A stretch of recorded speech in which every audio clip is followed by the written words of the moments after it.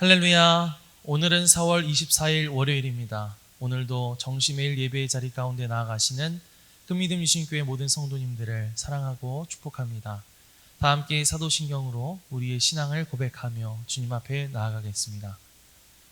전능하사 천지를 만드신 하나님 아버지를 내가 믿사오며 그 외아들 우리 주 예수 그리스도를 믿사오니 이는 성령으로 잉태하사 동정녀 마리아에게 나시고 본디오 빌라도에게 고난을 받으사 십자가에 못 박혀 죽으시고 장사한 지 사흘 만에 죽은 자 가운데서 다시 살아나시며 하늘에 오르사 전능하신 하나님 우편에 앉아 계시다가 저리로서 산 자와 죽은 자를 심판하러 오시리라. 성령을 믿사오며 거룩한 공회와 성도가 서로 교통하는 것과 죄를 사하여 주시는 것과 몸이 다시 사는 것과 영원히 사는 것을 믿사옵나이다. 아멘. 다 함께 찬송가 546장 찬양하겠습니다.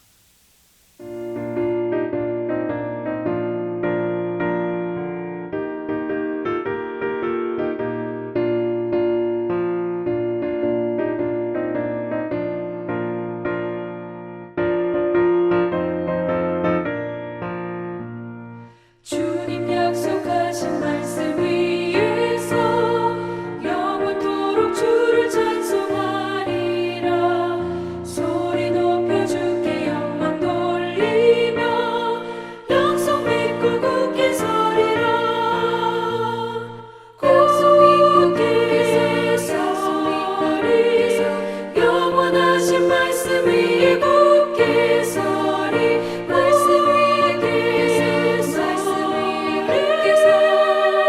그 말씀 위에 굳게 서리라. 주님 약속하신 말씀 위에서 세상 염려 내게 엄습할 때에 용감하게 힘써 싸워 이기며 약속 믿고 굳게 서리라. 굳게 서리 영원하신 말씀 위에 굳게 서리. 말씀 위에 서리 그 말씀 위에 굳게 서리라.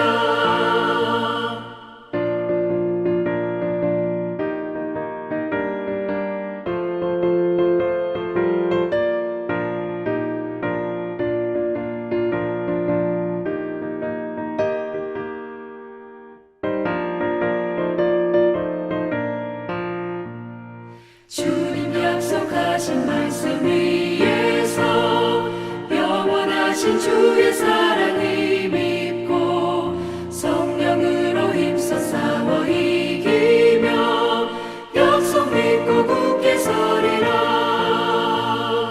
굳게 서리 영원하신 말씀 위에 굳게 서리.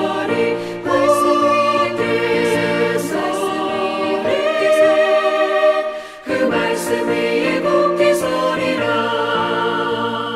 주님 약속하신 말씀 위에서 성령 인도하는 대로 행하며 주님 품에 항상 안식 얻으며 약속 믿고 굳게 서리라.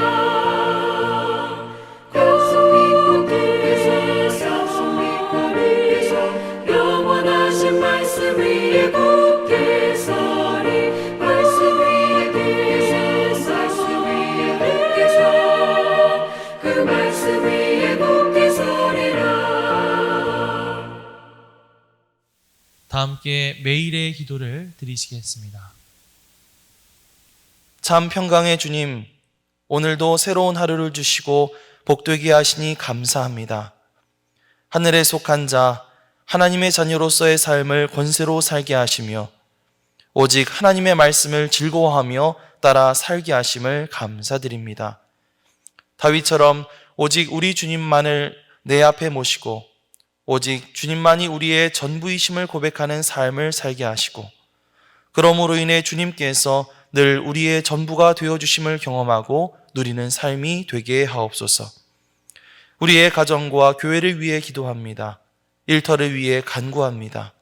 나라와 민족들을 위해 주님의 은혜를 구합니다. 구원과 치료와 회복의 은혜를 내려주셔서 어그러진 모든 것들이 바로 세워지게 하시고 평화를 이루게 하옵소서. 이제 일상이 된 경건의 일가를 통해서 성령의 충만, 성도의 영화를 이루게 하옵소서. 주님 사랑합니다. 언제나 자기 눈동자같이 우리들을 사랑하시는 주 예수 그리스도의 이름으로 기도드립니다. 아멘.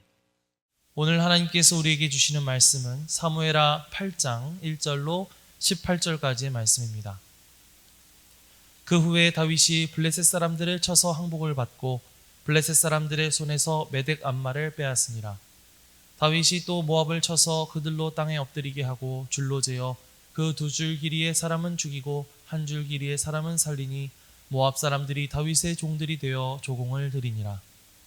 르홉의 아들 소바왕 하닷 에셀이 자기 권세를 회복하려고 유브라데 강으로 갈 때에 다윗이 그를 쳐서 그에게서 마병 1700명과 보병 2만 명을 사로잡고 병거 100대의 말만 남기고 다윗이 그 외의 병거의 말은 다 발에 힘줄을 끊었더니 다메섹의 아람 사람들이 소바왕 하닷 에셀을 도우러 온지라. 다윗이 아람 사람 2만 2천 명을 죽이고 다윗이 다메섹 아람의 수비대를 두매 아람 사람이 다윗의 종이 되어 조공을 바치니라. 다윗이 어디로 가든지 여호와께서 이기게 하시니라. 다윗이 하닷 에셀의 신복들이 가진 금방패를 빼앗아 예루살렘으로 가져오고 또 다윗 왕이 하닷 에셀의 고을 베다와 베로데에서 매우 많은 놋을 빼앗으니라. 하맛 왕 도이가 다윗이 하닷 에셀의 온 군대를 쳐서 무찔렀다 함을 듣고 도이가 그의 아들 요람을 보내 다윗 왕에게 문안하고 축복하게 하니 이는 하닷 에셀이 도이와 더불어 전쟁이 있던 터에 다윗이 하닷 에셀을 쳐서 무찌름이라. 요람이 은그릇과 금그릇과 놋그릇을 가지고 온지라. 다윗 왕이 그것도 여호와께 드리되 그가 정복한 모든 나라에서 얻은 은금 곧 아람과 모압과 암몬 자손과 블레셋 사람과 아말렉에서 얻은 것들과 소바왕 르홉의 아들 하닷 에겔에서 노략한 것과 같이 드리니라. 다윗이 소금 골짜기에서 에돔 사람 18,000명을 쳐 죽이고 돌아와서 명성을 떨치니라. 다윗이 에돔의 수비대를 두되 온 에돔의 수비대를 두니 에돔 사람이 다 다윗의 종이 되니라. 다윗이 어디로 가든지 여호와께서 이기게 하셨더라. 다윗이 온 이스라엘을 다스려 다윗이 온 백성에게 정의와 공의를 행할세.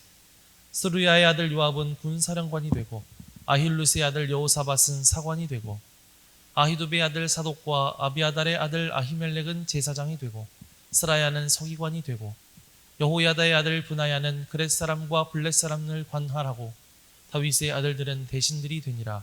이는 하나님의 말씀입니다. 아멘. 할렐루야. 오늘도 말씀을 듣는 여러분의 심령마다 주님의 성령께서 함께해 주시기를 간절히 축원합니다. 다윗은 처음부터 하나님께로부터 나의 마음에 합한 사람이다, 이런 평가를 들었던 사람이죠. 다윗의 과연 어떤 점이 그렇게 하나님의 마음에 들었던 것일까? 저는 항상 그게 궁금했었습니다. 우리가 지난 2달 동안 다윗의 생애를 쭉 살펴보고 있는데요. 다윗의 인생을 살펴보면서 그 점에 대해 한 가지 깨닫게 된 것이 있습니다. 다윗이 하나님께 사랑을 받았던 이유 중에 하나는요, 다윗이 하나님께서 자신에게 맡기신 사명이 무엇인가, 그것을 너무나도 잘 이해하고 있는 사람이었다는 것입니다. 앞선 사무엘하 7장 10절 말씀을 보면 하나님께서 왕이 된 다윗에게 다음과 같이 말씀하신 적이 있었습니다. 내가 또 내 백성 이스라엘을 위하여 한 곳을 정하여 그를 심고 그를 거주하게 하고 다시 옮기지 못하게 하며 악한 종류로 전과 같이 그들을 해하지 못하게 하여. 자, 하나님은 이스라엘 백성들을 향한 계획이 있으셨죠.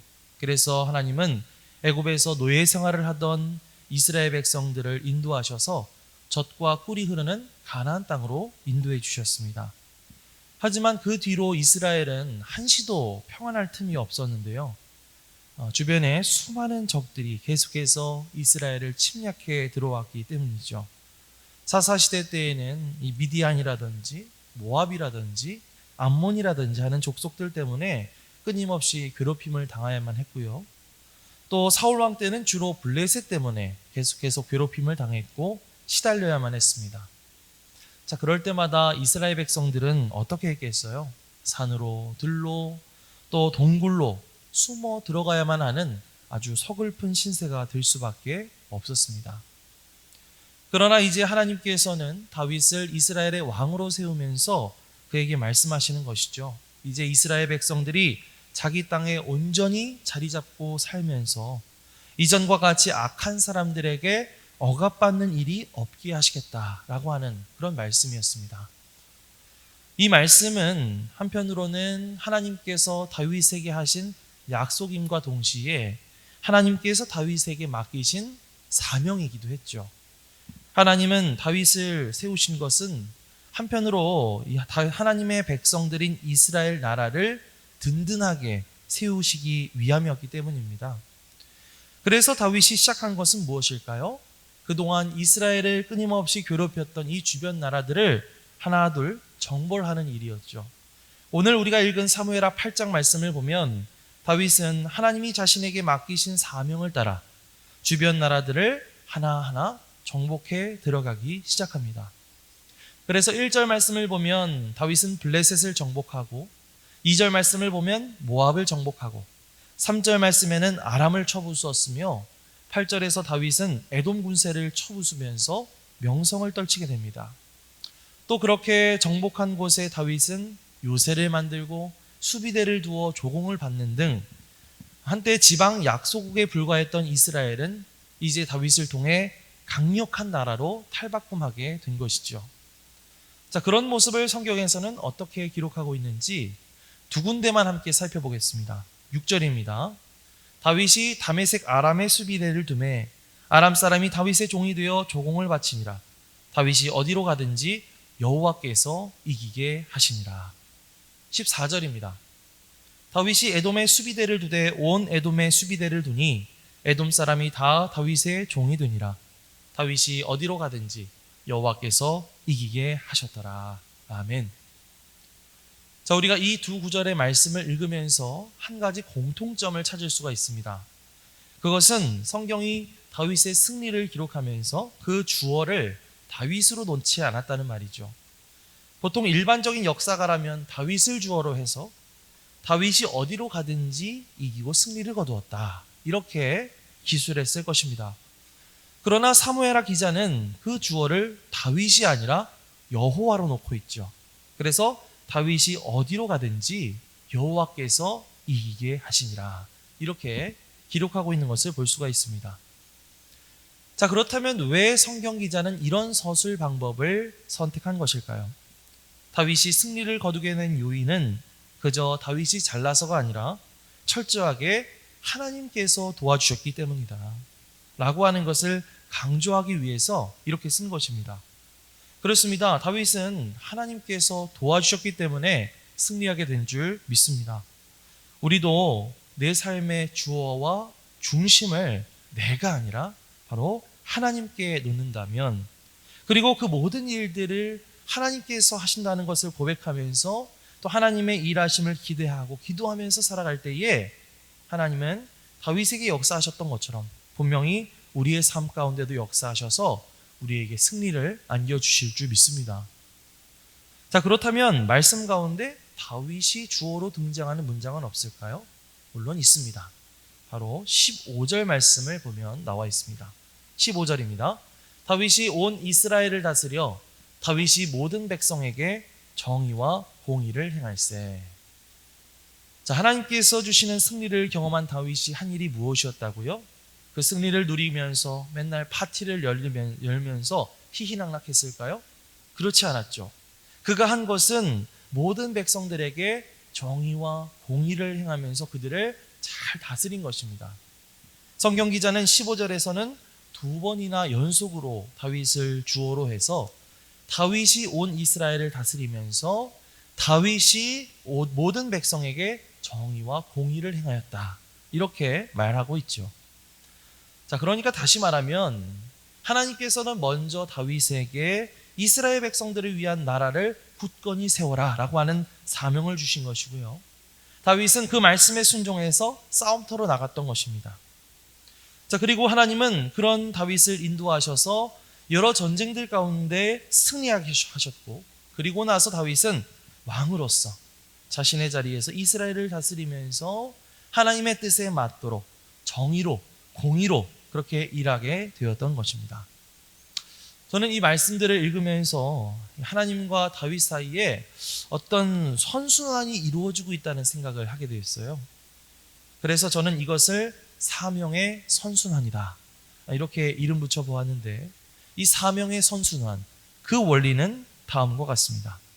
자, 사명의 선순환 첫 번째는요, 하나님께서 나에게 원하시는 사명이 무엇인지 발견하는 것입니다. 이 다윗이 하나님께로부터 이 이스라엘 나라를 든든히 세우라는 사명을 받은 것처럼 말이죠. 자, 두 번째는 내가 하나님께서 부여하신 사명에 순종하는 것입니다. 그래서 그 순종을 따라서 하나님께서 원하시는 일을 수행해 나가는 단계죠. 마치 다윗이 순종해서 그동안 이스라엘을 괴롭히던 주변 나라들을 정복해 나갔던 것처럼 말이죠. 자, 세 번째는 그렇게 하나님께서 명하신 사명을 따라 순종해서 그 일을 하게 될 때에 우리는 함께 하시고 도와주시고 승리하게 하시는 하나님을 경험할 수가 있다는 것입니다. 다윗이 싸울 때마다 여호와께서 이기게 하시더라 했던 것처럼 말이죠. 마지막으로 네 번째, 함께 하시고 승리하게 하신 하나님께 감사의 영광을 돌리면서 또 다른 하나님의 사명을 발견하고 거기에 순종하는 단계입니다. 다윗이 이스라엘 백성들을 공의로 다스렸던 것처럼 말이죠. 이것이 바로 사명의 선순환이다, 이렇게 말할 수 있을 것 같습니다. 그런데 이것은 비단 다윗뿐만 아니라 모든 하나님의 사람들이 그들의 삶을 통해 이루었던 원리라고 말할 수가 있습니다.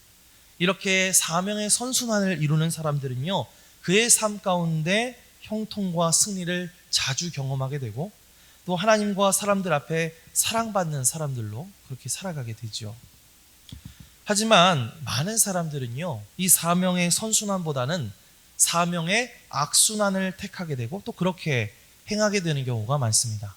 이 사명의 선순환 원리를 정반대로 적용해 보면 그게 바로 사명의 악순환이다, 이렇게 말할 수가 있을 것 같은데요. 자, 사명의 악순환은요, 첫 번째로 내가 하나님께서 나에게 원하시는 사명에 관심을 두지 않는 것입니다. 그러다 보니까 하나님께서 원하시지 않는 일을 하게 되는 것이죠. 자, 그러다 보니까 하나님께서 원하시지 않는 일을 하다 보니까 하나님의 도우심이 있을까요, 없을까요? 하나님의 도우심이 없고 온통 어려움과 고난만 겪게 되는 것입니다. 그렇다 보니까 나는 결국 하나님을 원망하게 되고 하나님께서 원하시지 않는 또 다른 일을 하게 되는 것이죠. 이것이 바로 사명의 악순환입니다. 이 사명의 악순환의 굴레에 살아가는 사람들의 삶은 어떨까요? 계속해서 뭔가 엉키고 꼬이고 그러다가 하나님을 원망하게 되는 불행한 삶을 살아가게 된다는 것이죠. 우리가 잘 알고 있는 이 사울 왕이 어쩌면 이런 사명의 악순환을 반복한 사람이 아니었는가, 이런 생각을 하게 됩니다. 오늘 우리가 이 다윗의 이야기 그리고 그 가운데 함께 하신 하나님의 이야기를 나누면서 사명의 선순환에 대해서 함께 살펴보았는데요. 여러분에게 묻고 싶습니다. 여러분, 하나님께서 여러분에게 맡기신 사명은 무엇일까요? 여러분의 교회에서, 가정에서, 또 일터에서 하나님께서 여러분을 통해서 행하시고자 하는 일은 무엇일까요? 기도의 시간을 통해서 먼저 그 사명을 발견하는 시간이 되시기를 바랍니다. 그리고 나서 다윗처럼 그 사명에 온전히 순종하면서 행하여 나아갈 때에 그 가운데 하나님의 도우심과 승리하게 하심을 경험하게 된다는 것이죠. 그리고 그 도우심에 감사하면서 내가 또 다른 하나님의 사명, 또 다른 하나님의 일을 찾고 또 순종해 나가는 그런 사명의 선순환을 경험하는 하루가 되시기를 바랍니다. 그래서 이 사명의 선순환을 통해서 내가 온전히 하나님의 사람으로 쓰임받고 또 하나님 나라를 이루어 나가는 일에 크게 쓰임받는 하나님의 일꾼들로 세워져 나갈 수 있는 우리 큰 믿음 유신교회 모든 성도님들이 되시기를 주님의 이름으로 간절히 축원합니다. 아멘. 기도하겠습니다. 하나님 감사합니다. 다윗의 삶 가운데 펼쳐지는 사명의 선순환을 함께 살펴보았습니다. 다윗을 향하신 하나님의 사명을 발견하고 그 사명을 따라 순종하는 삶을 살아갈 때에 하나님께서 함께 하시고 승리케 하심을 보게 됩니다. 그리고 그러한 하나님께 감사드리며 다윗이 다시 하나님의 뜻대로 이스라엘 백성들을 공의로 다스리는 것을 살펴보게 되었습니다. 주님, 우리도 주님께서 우리에게 맡기신 사명, 그 사명이 무엇인지 발견하게 하시고 또 순종하게 하여 주셨사. 우리의 삶 속에서도 이렇게 사명의 선순환이 끊임없이 이루어지는 삶이 되게 하여 주시옵소서. 그래서 매일매일 같이 주님의 뜻대로 살아가고 주님을 위해 일하는 귀한 주님의 일꾼들로 세워져 나가게 하여 주시옵소서. 감사드리며 예수 그리스도의 이름으로 기도드립니다. 아멘. 하늘에 계신 우리 아버지여, 이름이 거룩히 여김을 받으시오며 나라가 임하시오며 뜻이 하늘에서 이루어진 것 같이 땅에서도 이루어지이다. 오늘 우리에게 일용할 양식을 주시옵고 우리가 우리에게 죄 지은 자를 사하여 준 것 같이 우리 죄를 사하여 주시옵고 우리를 시험에 들게 하지 마시옵고 다만 악에서 구하시옵소서. 나라와 권세와 영광이 아버지께 영원히 있사옵나이다. 아멘.